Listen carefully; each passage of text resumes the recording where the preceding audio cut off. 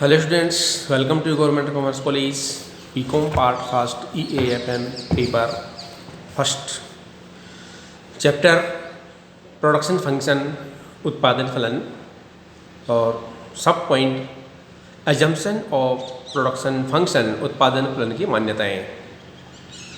उत्पादन फलन जो होता है वो कुछ मान्यताओं के ऊपर डिपेंड करता है। यदि वो सभी मान्यताएं पूरी होती हैं तो हम उत्पादन फलन का विश्लेषण कर सकते हैं, अन्यथा उत्पादन फलन का विश्लेषण किया जाना असंभव हो जाता है। उत्पादन फलन की मान्यताओं में हमारे पास में 6 मान्यताएं हैं। नंबर 1, उत्पादन फलन का संबंध किसी निश्चित समय अवधि से होता है।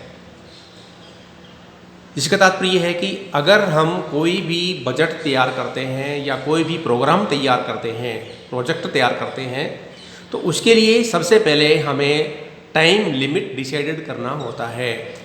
यदि हमारे पास में प्रोजेक्ट के लिए टाइम लिमिट डिसाइड नहीं होता है तब तक हम किसी भी प्रोजेक्ट के ऊपर सही से वर्क नहीं कर पाते हैं।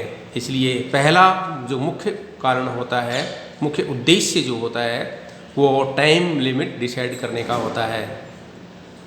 तो ये उत्पादन फलन का जो संबंध समय से होता है और वो समय चाहे छोटा भी हो सकता है या बड़ा भी हो सकता है, उसका डिसाइड तो करना ही पड़ता है। जैसे 1 हफ्ता, 15 दिन, 1 महीना, 3 महीने, 6 महीने, 1 साल, 5 साल, 10 साल या लॉन्ग टर्म टाइम और भी ज़्यादा कोई लंबा समय हो, आजीवन तक के लिए भी वो डिसाइड किया जा सकता है। तो सबसे पहला काम क्या है हमारा, ये होता है कि हम जो भी प्रोजेक्ट तैयार करते हैं उत्पादन फलन के लिए उसका समय निर्धारित करेंगे। नंबर 1। नंबर 2, इस समय अवधि में तकनीकी स्तर पर कोई परिवर्तन नहीं होना चाहिए। अगर फर्म सर्वश्रेष्ठ तकनीक अपनाती है ताकि फर्म अपने लाभों को अधिकतम कर सके, तो इसके लिए क्या होता है कि ये जो समय हम डिसाइड करते हैं वो चाहे कितना ही छोटा टाइम क्यों ना हो और कितना ही बड़ा टाइम क्यों ना हो, उसमें एक टेक्नोलॉजी डिसाइड होती है और उसी तकनीकी के आधार पर हम उत्पादन फलन का निर्धारण कर सकते हैं।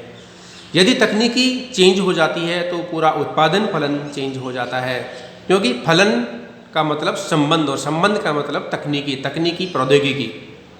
हमें जो प्रोडक्शन तैयार करना होता है उसकी टेक्नोलॉजी क्या होगी, वो टेक्नोलॉजी शॉर्ट टर्म के लिए भी हो सकती है और लॉन्ग टर्म के लिए भी हो सकती है, लेकिन उस टेक्नोलॉजी में हम चेंज नहीं करेंगे और चेंज करने के बाद में हमारा उत्पादन फलन सिस्टम कंप्लीट रूप से चेंज हो जाएगा। इसलिए दिए हुए समय के लिए टेक्नोलॉजी पूर्व डिसाइडेड होनी चाहिए, दी हुई होनी चाहिए, जिसमें कोई परिवर्तन नहीं होना चाहिए।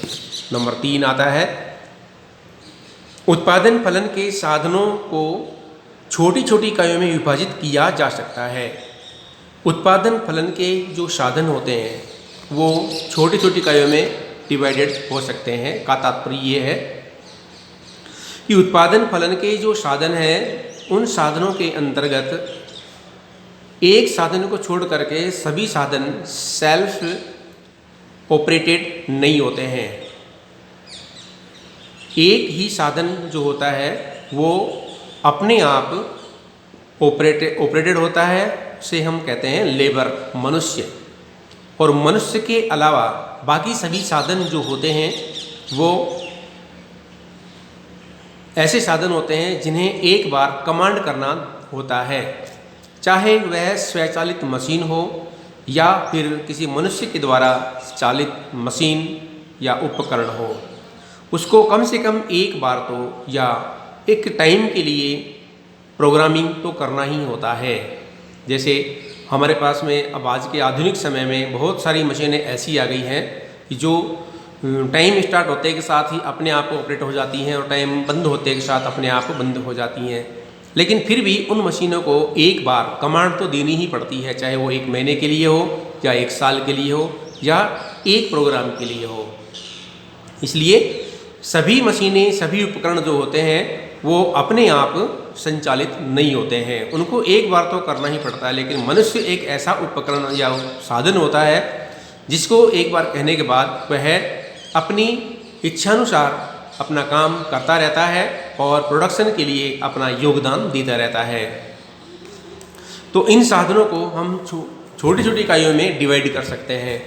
उत्पादन फलन जो होता है, उत्पादन फलन के अंतर्गत हमें अध्ययन करना पड़ेगा कि 1 इकाई बढ़ाने पर, 2 इकाई बढ़ाने पर, 3 इकाई बढ़ाने पर श्रमिक की इकाइयों में वृद्धि, उत्तरोत्तर वृद्धि करते जाते हैं, नियमित रूप से बढ़ते जाते हैं, तो हमारे उत्पादन फलन में क्या प्रभाव पड़ता है, अर्थात उत्पादन में कितना परिवर्तन होता है। नंबर 4 आता है फर्म की लागत में कोई अंतर नहीं होता है। इस उत्पादन फलन के अंतर्गत क्या होता है कि साधनों में थोड़ा सा चेंज किया जाता है और साधनों में चेंज करने के साथ साथ उत्पादन की मात्रा स्थिर रहती है। साधनों में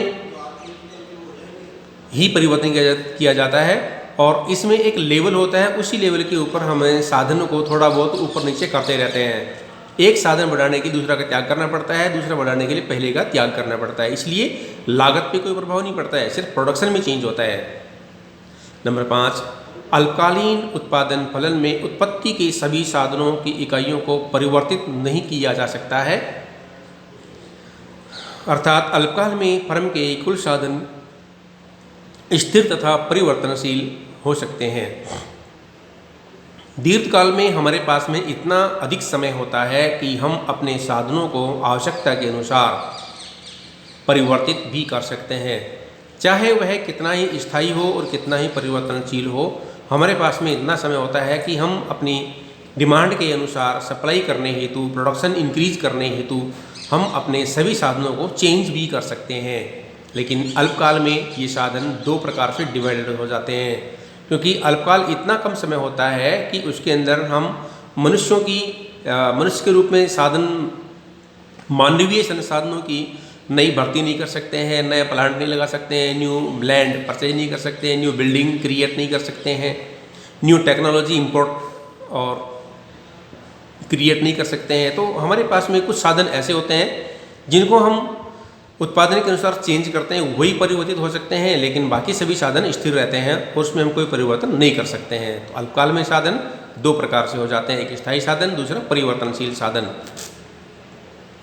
उसके बाद आता है दीर्घकाल में उत्पादन फलन के सभी आगत परिवर्तनशील हो जाता है। लास्ट टॉपिक है दीर्घकाल में उत्पादन के सभी आगत। आगत मीन्स यहाँ पर आता है, आगत का तात्पर्य हो गया इनपुट, इनपुट का तात्पर्य है सोर्सेज।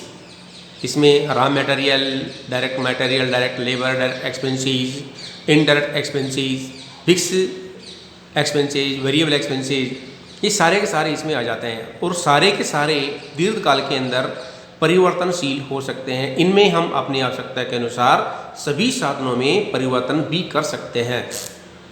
जो काम नहीं करते हैं उन श्रमिकों की छटनी कर सकते हैं, जो साधन काम नहीं आ रहे हैं उन साधनों को हम बिजनेस से हटा सकते हैं, जिन साधनों की हमें आवश्यकता हो उन्हें हम परचेज कर सकते हैं, और जो हमारे पास में स्थिर साधन है लेकिन उनकी जो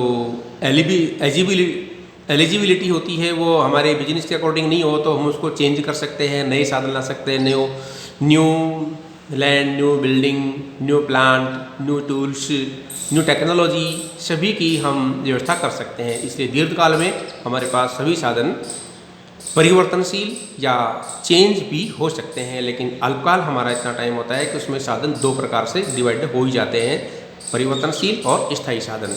इसलिए दीर्घकाल में कोई साधन स्थिर नहीं होता है, आवश्यकता के अनुसार हम उसको चेंज भी कर सकते हैं। ये थी हमारे उत्पादन फलन की मान्यताएं। उत्पादन फलन की मान्यताएं जब तक पूर्णतया सफल नहीं हो पाएंगी, पूर्णतया लागू नहीं हो पाएंगी, तब तक हम उत्पादन फलन का पूरी तरह से अध्ययन नहीं कर सकते हैं। इसलिए उत्पादन फलन की मान्यताओं को भी हमें अध्ययन करना चाहिए। धन्यवाद।